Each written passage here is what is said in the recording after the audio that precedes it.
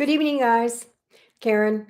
And tonight's discussion is one that I really love to talk about Savioritis. We had one Savior. You know what happened to him? He got crucified, according to lore. I wasn't there, that I remember. And he did not employ the type of Savioritis that I'm discussing here.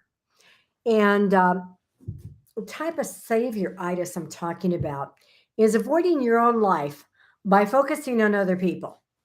Don't do that. It's an avoidance, plain and sure. And when you really care for somebody, when you love them, you want the best for them. You don't know personally what the best is for them. Only God the Father does. And He guides them step by step, like He's guided you, even if you ignore Him. His voice is still within you, guiding you, saying, "My son, I love you. Choose once again." We are here to be a light, a beacon to others, to see within themselves their own answers. Do not try to interrupt their own growth process. Any child that is 6 years and above, they need to start learning about their life in their simple terms. Don't interfere. Stop interfering in other people's lives thinking that you're changing them. And for God's sake, do not revise them. Holy shit. Who the fuck do you think you are? God, the Father? When you revise somebody else, you're playing with the extension of your mind. You're not doing anything except wasting time. I played that big time this past year. And it took a lot of energy to keep on top of him so he wouldn't revert. I learned my hard last lesson about being his savior and about trying to revive somebody else. He said exactly what he wanted to, what I wanted him to say. So what? He mimicked me. He's an actor in my script. Of course, he's going to mimic me. And the actors in my script, in that script, were presenting to me a mirror for my own need to change myself. Since you are the operant power with a fully functional imagination, your imagination makes your reality. You do not create damn thing. God, the creator, creates everything. And what he creates is unchangeable and indestructible. Our piddly ass virtual reality is not that. It is meant to be perfect for us to learn the continuous lessons that brings us across God's bridge of incidents to our salvation, which is reunification with him and our brothers. We've been on this journey for eons and eons. And where you find yourself right now is at a point where you desire a change in your life, not in theirs. Own up to it. Stop avoiding your own life using other people. And you're not using other people, you're using actors in your script. You're not doing any harm to anyone. Hi, Ruth. And it's very important for you to understand what you're really doing. When I was playing Savior to Daniel, which was my last big save, I was looking at him as though he didn't have the same abilities that I did. That is bullshit. He is totally capable. Totally. He's a big boy. He's 52 and he's a doctor. If he can't wipe his ass now, he's never going to be able to wipe his ass. And I refuse to wipe other people's asses anymore or to soothe. He was addicted to soothing, still is, and I pulled that away. and turned him into a different lesson for me. I am not soothing. I do not want to be soothed. I never wanted to be soothed. And soothing is disempowering. Caring for other people is also a form of attack. Of course, we love our loved ones. Of course, we do. I love Janet. Okay, she's sitting out there visiting me. Of course, I love her. I love her enough to see within her the same damn ability that I have in getting my ass unstuck from the pity pot. She is doing remarkably well because I lifted her up in my mind and kept on reminding her of who she really was. And I will do that to my last breath and beyond. I'm going to come and hi, Danette. Soothing would be placating, Valerie. And why? Let's get back on that again. Why do we soothe? To make ourselves feel better because we feel guilty. We see our guilt in our actors. We want them to quiet down, to go back to sleep, to take a nap. Here, I'll give you, boo boo, a big kiss. Now go back to sleep, honey. Here's a bowl of ice cream. There were too many fucking bowls of ice cream in my life. I was 85 pounds heavier. I had MS and 12 other diseases. Thank you, no thank you to ice cream. So, yeah, so true.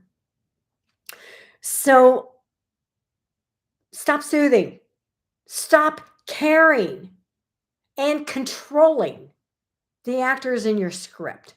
You're just avoiding looking at what it's showing you about you. And I took a deep, deep dive into my own reflection by watching what was going on with Daniel and I. And he released me from my own issues. The way it happened and it went down, it was absolutely perfect. I couldn't have done a better job. And he is where he's at, still soothing, still sucking off of women's tits. I don't care. Still having his ass wiped. I am not involved in that. The man who is by my side in my life as my mate is by my side. And he's an equal. Daniel was not an equal. And I soon outgrew him, but just kept on trying to hang on to him because I was afraid of taking some major steps, which I ended up doing because of stopping being his savior. You are not anyone's savior. Give it up. You do not, okay, so let me include this in this talk. Your imagination makes others have problems. Get that. You are making the imagination in your script of your actors having problems. And then you go in and rescue them. Isn't that a waste of imagination? I think so. Use your imagination by raising them up. Raise others up instead of revising others. You only see yourself at all times. And mirror, mirror on the wall, sometimes that mirror is cracked. Face it. You are imperfectly perfect. Get over it. Get your nose back onto your own plate and you clean up your own damn life. And guaranteed, when you start cleaning up your messes in your life, guess what happens? New players come in. A new script is written. And it's filled with further lessons. And all the lessons go back to the bridge of instance that was set up at our beginning. You are love, made by love, in love, for love. Believing that 100% of the time. You are not this body. This body I could care less, okay? And I like to do my nails and I like to get my hair done and all this in my teeth and everything. That's going to be paid off tomorrow, by the way. Boom! 62 fucking $1,000 gone. No interest rate, no guilt. I paid it totally off in 2.5 years. You talk about a big, bald boss bitch. I've got it. Okay. I really have got it. And I'm not here to soothe you or anyone else. Now, if I come across a child, I probably won't even soothe them. I will get down to their eye level and I'll start laughing with them. I'll start screaming with them.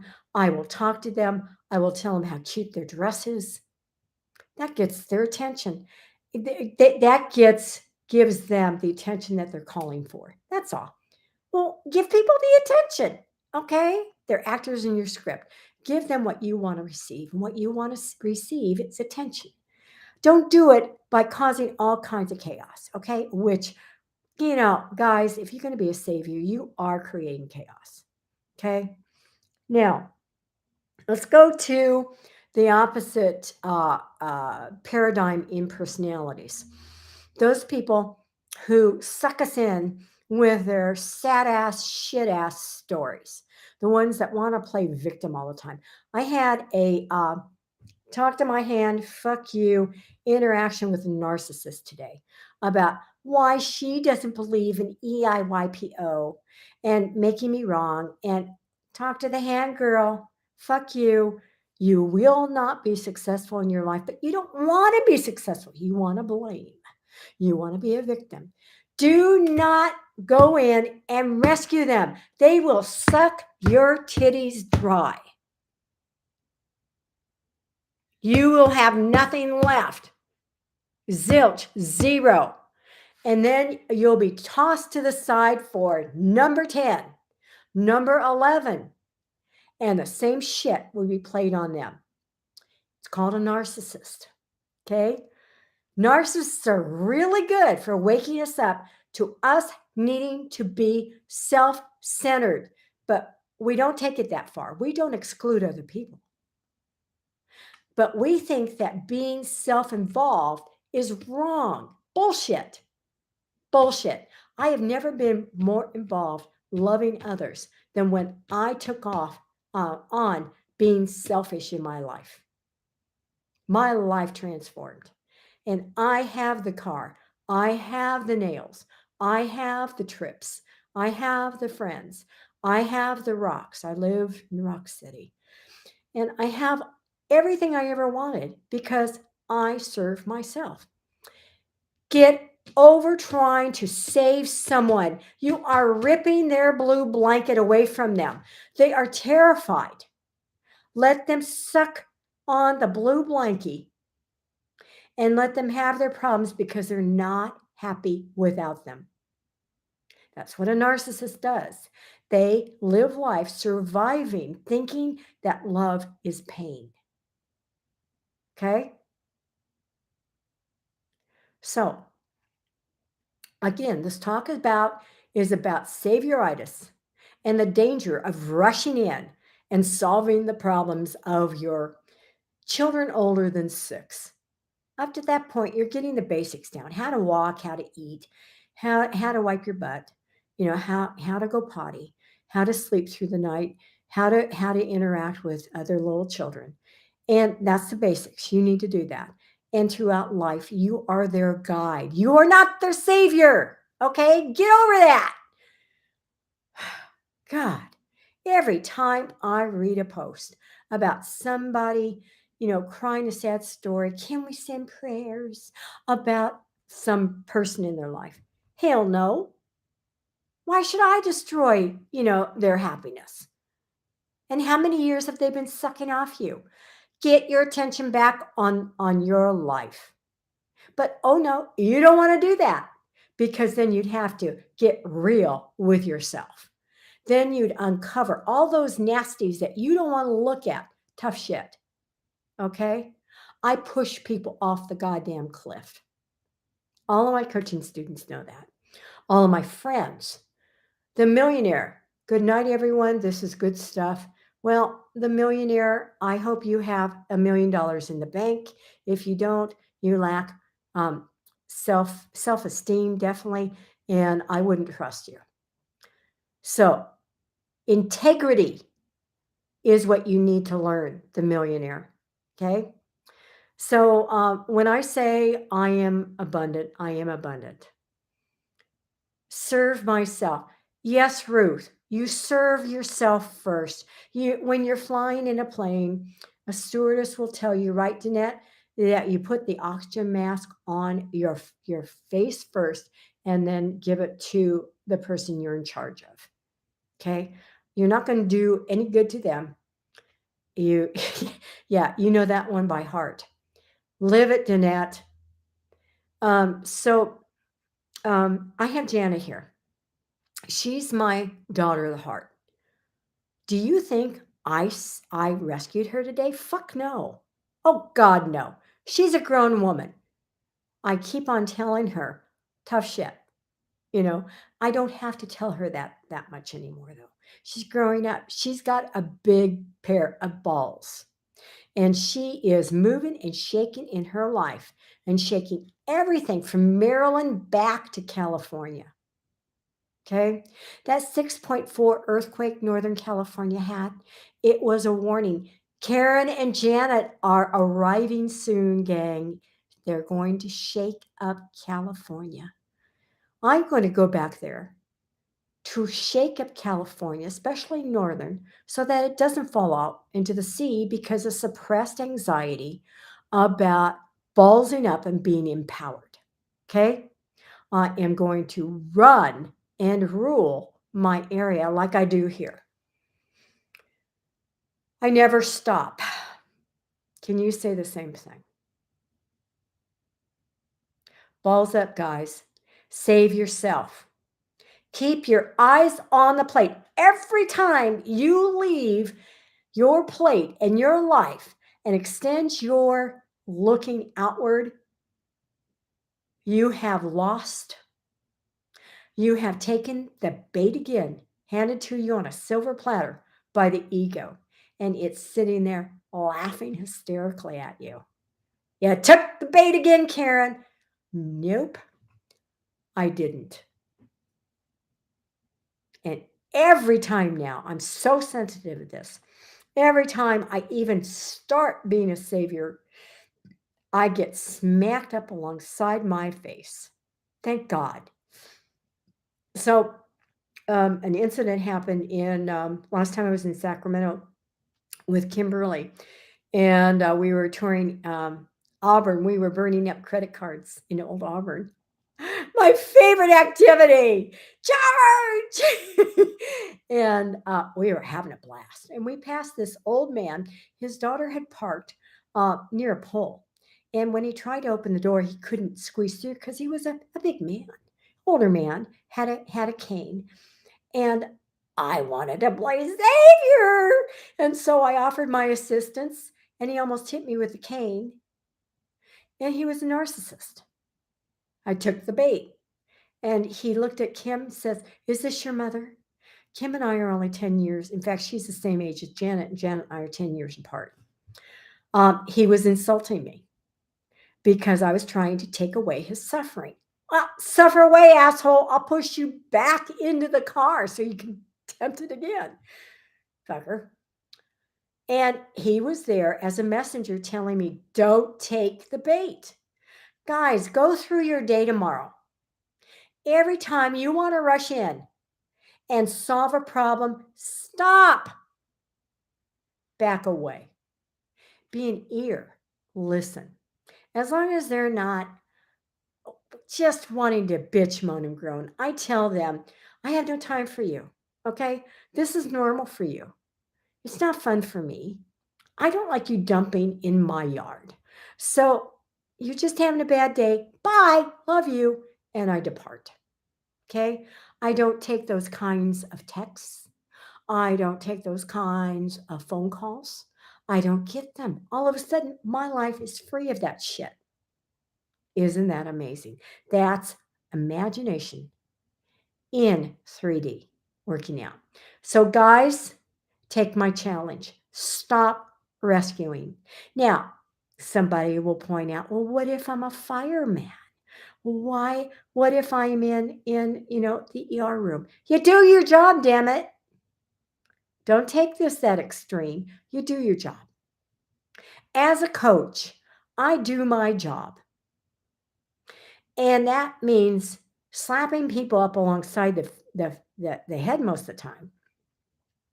And there are times that I give them some insight that will give them the way out of their problem. But they have that insight anyhow. I'm just reminding them I'm only a voice within them. I'm just an actor in their script. So, guys, whether you like it or not, EIYPO is a fundamental part. Everyone is you pushed out. It's a fundamental part of Neville's teachings. If you don't like it, then go suck somewhere else. Okay? I don't want you in my groups. I will give you the exit post haste. Thank you. And on Sunday, I will not be giving a live because it's Christmas and I'm not going to be doing anything except writing a book. I almost took the bait. I almost went over to rescue a friend who just had foot surgery. Yeah, right before Christmas. And her son and her husband and her, interesting dynamic. They are of the same mental reality, personality wise, so they feed off each other. I need to be taken care of because I'm having foot surgery. Well, I'm going to get the flu so that I can't take care of you. Okay. I don't want to be a part of that dynamic, and neither does Janet. And we honestly love all parties involved. But I'm going to let her resolve this her way. And she gave us an out for not coming over Christmas. And Janet and I are going to spend Christmas together, opening up gifts and laughing and carrying on. And me on my computer typing out my book. I've got to have that published no later than February 1st. And the title will be given to you later. And then that will be the first of 3 books this year, along with everything else that I'm doing. So if you want your life on fire, you get with a coach. You pay what they ask for, which is very little for what they give you.